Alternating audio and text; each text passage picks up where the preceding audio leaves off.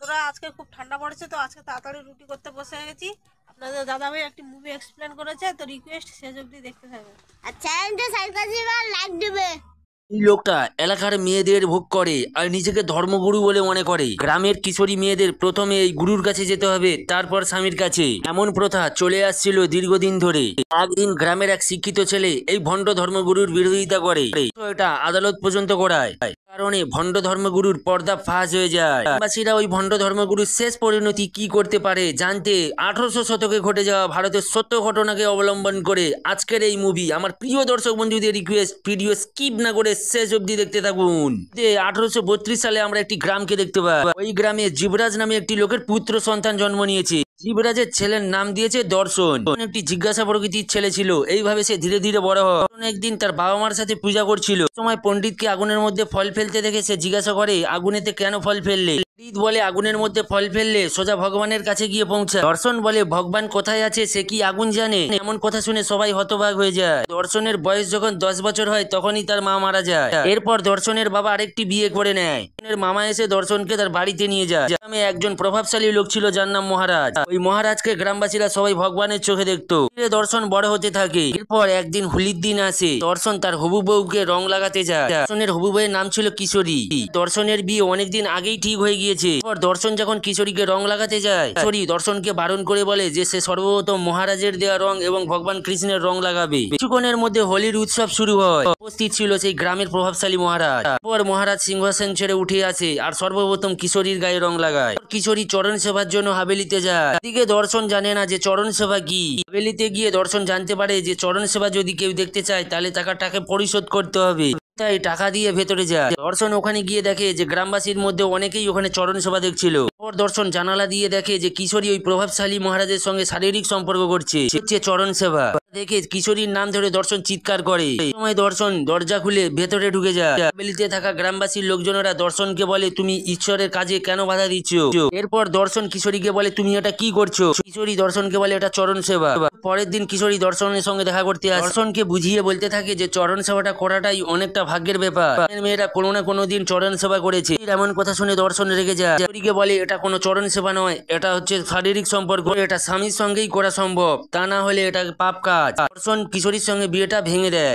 কিশোরী ওই মহারাজের কাছে যায় আর বলে যে দর্শন আমার সাথে বিয়েটা ভেঙে দিয়েছে। মহারাজ কিশোরীকে বলে, তুমি কান্না করো না, আজ থেকে তুমি আমার। এই কথা শুনে কিশোরী অনেক খুশি হয়। পর ওই মহারাজ আবারও কিশোরীর সঙ্গে খারাপ কাজ করে, সম্পর্ক করে। ওখানে কিশোরী ঘুমিয়ে পড়ে। উঠে দেখে মহারাজ আরেকটি মেয়েকে বলছে, তুমি আমারও প্রিয়। কিশোরী উঠে জানালা দিয়ে দেখে যে মহারাজ তার বোনের সঙ্গেও খারাপ কাজ করতে চলছে। ওখানে যায় আর তার বোনকে সাঠিয়ে একটা চড় মারে।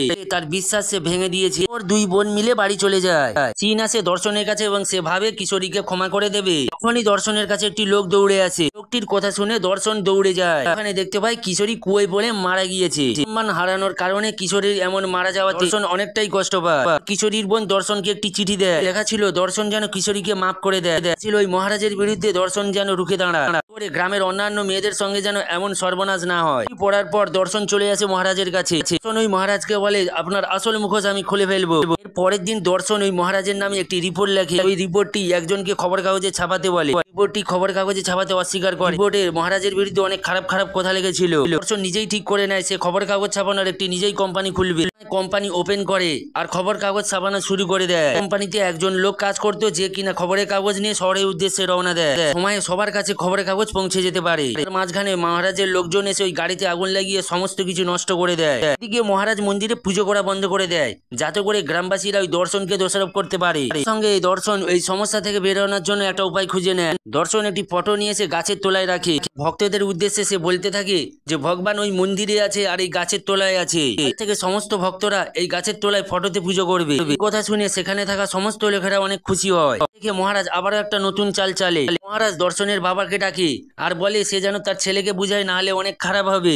এরপর দর্শনের বাবা দর্শনের কাছে যায় আর খবর কাগজ ছাপাতে নিষেধ করে। পরিস্থিতি এমন পর্যায়ে দাঁড়িয়েছিল যে দর্শনের পরিবার কেউই সাপোর্ট করছিল না। তাই দর্শন খুবই মন খারাপ করেছিল। কিশোরীর বোন অনু দর্শনের কাছে আসে আর তাকে হাসানোর চেষ্টা করে। সময় অনু তার মনের কথা দর্শনকে বলে দেয়, কিন্তু দর্শন এতে সরাসরি মানা করে দেয়, কেননা তার লক্ষ্যের মধ্যে এমন সময় কাউকে আনতে চায় না।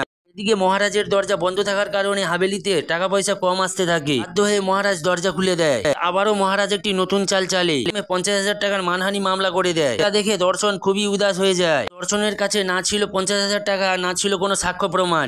কয়েকজন লোক বলে তারা মহারাজের বিরুদ্ধে সাক্ষ্য প্রমাণ দেবো, কারণ এইসব লোকজনের মা বোনেদের সঙ্গে যা করেছে তা কিশোরীর সঙ্গে করেছিল। শুনেও দর্শনের অনেকটা মনোবল বেড়ে যায়। এরপর দর্শন মহারাজকে বলে তার সঙ্গে কোর্টে দেখা হবে। দর্শন যখন বসেছিল তখন তার কাছে একটি লোক আসে, বলে যেসব লোকজন সাক্ষ্য প্রমাণ দেবে বলেছিল তাদের মহারাজ ভয় দেখিয়ে মুখ বন্ধ করে দিয়েছে। যখন সবাই বলছিল তখনই ওখানে একটি মেয়ে দৌড়ে আসে। মেয়েটির কথা শুনে দর্শন বাইরে দৌড়ে গিয়ে দেখে ওরে কাগজ কোম্পানিতে আগুন লাগিয়ে দিয়েছে। দর্শন খুবই ভেঙে পড়ে।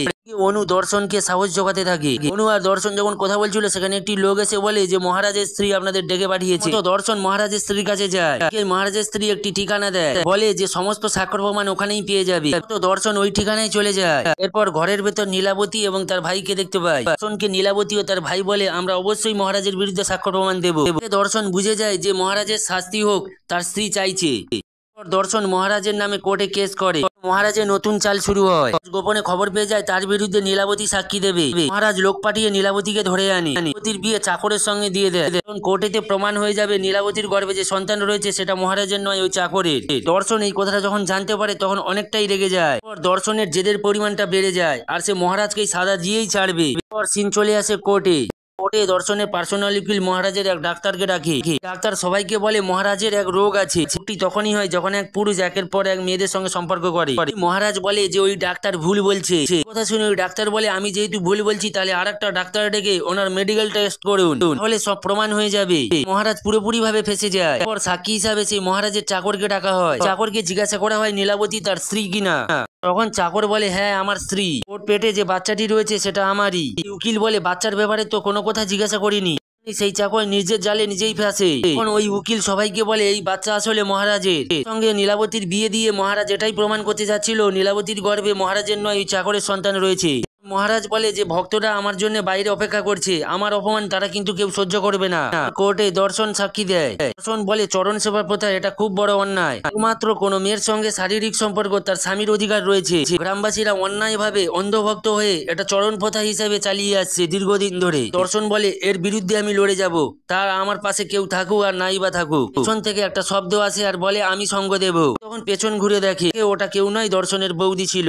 গ্রামের আরো বেশ কিছু মহিলা একের পর এক সাক্ষী দিতে থাকে মহারাজের বিরুদ্ধে। পর্যায়ে দর্শন কেসে জিতে যায়। মহারাজ যখন কোর্ট থেকে বার হচ্ছিল তখন ভক্তরা এক দৃষ্টে তাকিয়েছিল, মহারাজের সঙ্গ দিচ্ছিল না, কেননা সবাই বুঝতে পেরে গিয়েছিল আসল সত্যটা। দর্শন অনুকে বিয়ে করে নেয় আর মুভিটা আমাদের এখানেই সমাপ্তি হয়। তো বন্ধুরা আজকের এই মুভিটি কেমন লেগেছে অবশ্যই কমেন্ট করবেন। ভালো লাগলে একটা লাইক দেবেন। পরবর্তী ভিডিও নিয়ে চলে আসবো।